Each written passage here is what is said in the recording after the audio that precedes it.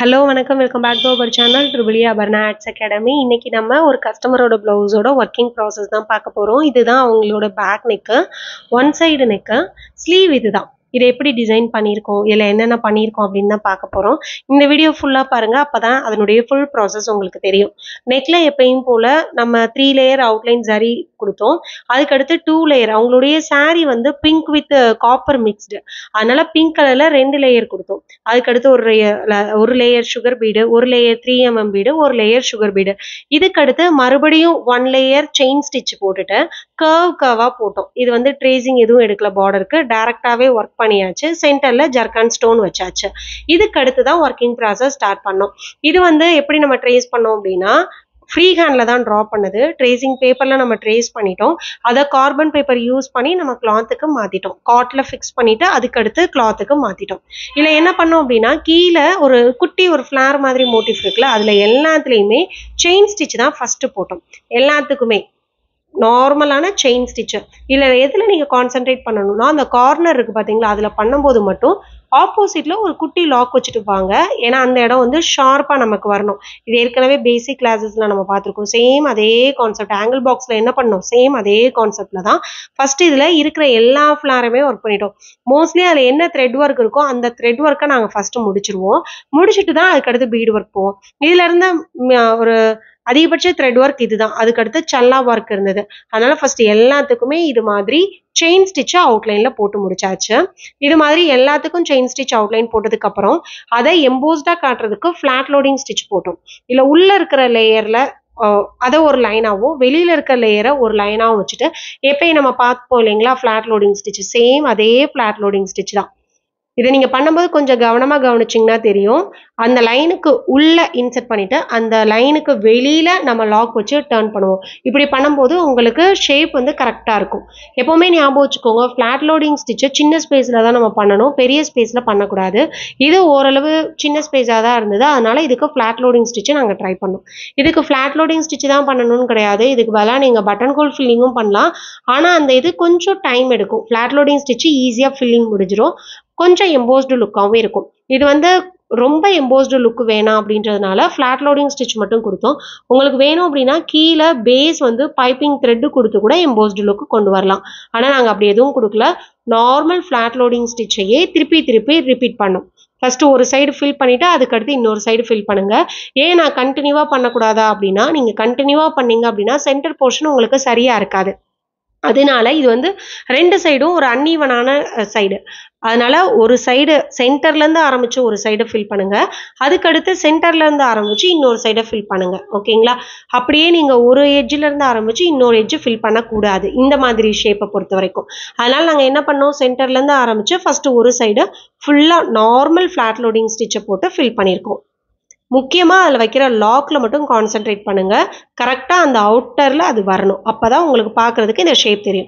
இப்போ நம்ம ஒரு சைடு ஃபில் பண்ணி முடிக்க போகிறோம் இல்லைங்களா, சேம் இதே மாதிரி இன்னொரு சைடும் நம்ம ஃபில் பண்ணி முடிக்கணும். சேம் இதே இதுதான் நான் போடுறேன். அந்த ஷேப்புக்கு ஏற்ற மாதிரி அவுட்டரில் லாக் வைக்கிறதுல மட்டும் கான்சென்ட்ரேட் பண்ணுங்கள். இதே மாதிரி இன்னொரு சைடும் நான் முடிச்சுட்டு காட்டுறேன். முடிக்கும் போது எப்பயும் போல் நம்ம எண்ணாட் போட்டு கட் பண்ணிடலாம். இப்போ இந்த சைடை சேம் இதே மாதிரி இந்த சைடும் நான் ஒர்க் பண்ணுறோம். பாருங்கள், அதை நான் கொஞ்சம் ஸ்பீடாக வச்சுட்டேன் வீடியோ எடிட்டிங்கில். அதே மாதிரி ப்ராசஸ் தான் அதில் எக்ஸ்பிளைன் பண்ணனால இந்த சைடு நான் கொஞ்சம் ஸ்பீடாக வச்சுருக்கேன். இதில் என்ன த்ரெட் யூஸ் பண்ணியிருக்கீங்க, என்ன நீடில் யூஸ் பண்ணியிருக்கீங்க அப்படின்னு கேட்குறீங்க. நாங்கள் யூஸ் பண்ணுற எல்லாமே அயன் நீடில் தான்.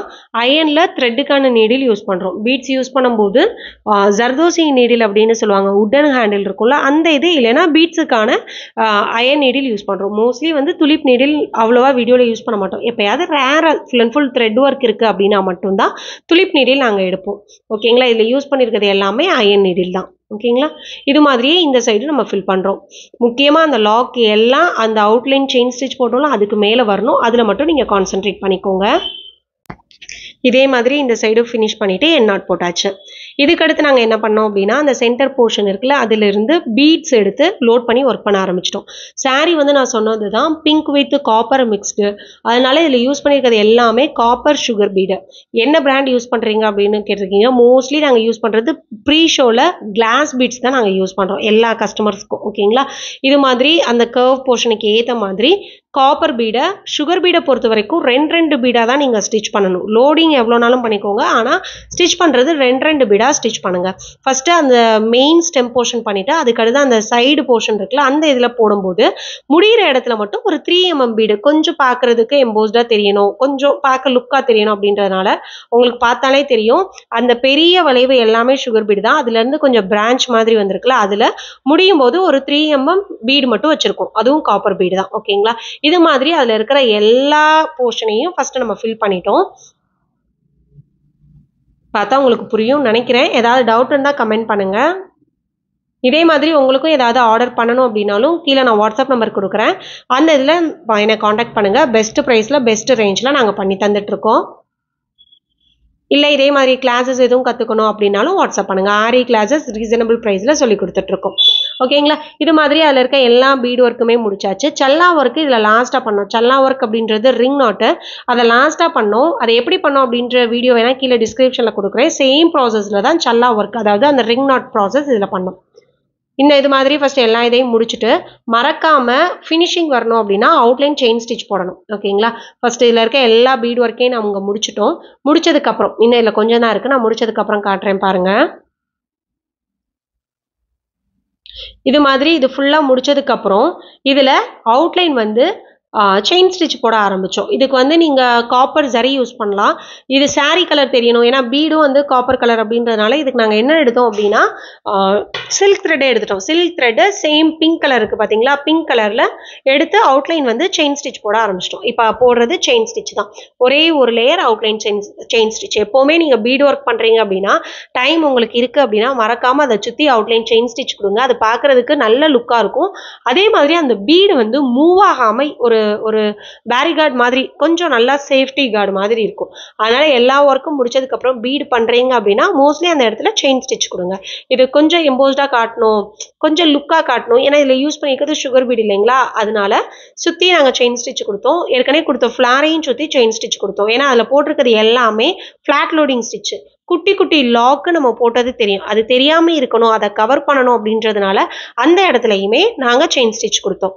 எடிட்டிங்கில் நான் இதை கொஞ்சம் ஸ்பீடாக வச்சுருக்கேன், இவ்வளோ ஸ்பீடாக நாங்கள் ஒர்க் பண்ணல. ஓகேங்களா, எடிட்டிங் பண்ணும்போது ஓகே வேகமாக வீடியோவில் சொல்லணும் அப்படின்றதுனால.